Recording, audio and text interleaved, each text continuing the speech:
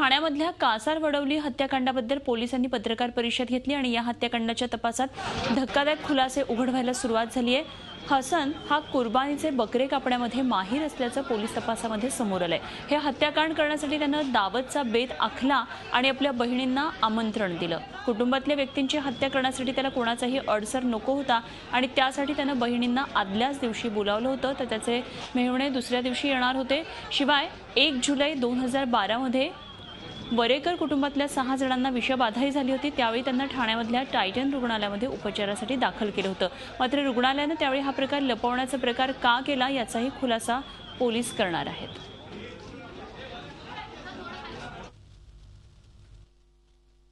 कुर्बानीसाठी जे बकरे कापले जायचे त्याच्यामध्ये हा रेग्युलरली बकरे कुर्बानीसाठी कापायचा।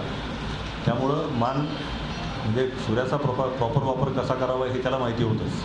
त्यामुळे अशा माणसाकडून हे घडणं अगदी सहज शक्य आहे। त्याच्यामध्ये कुठलाही नवखेपणा नाही।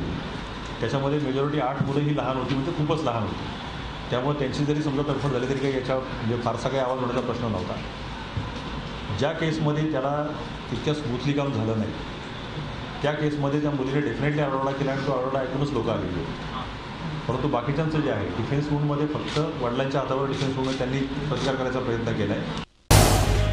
झी 24 तास रहा एक पाऊल पुढे।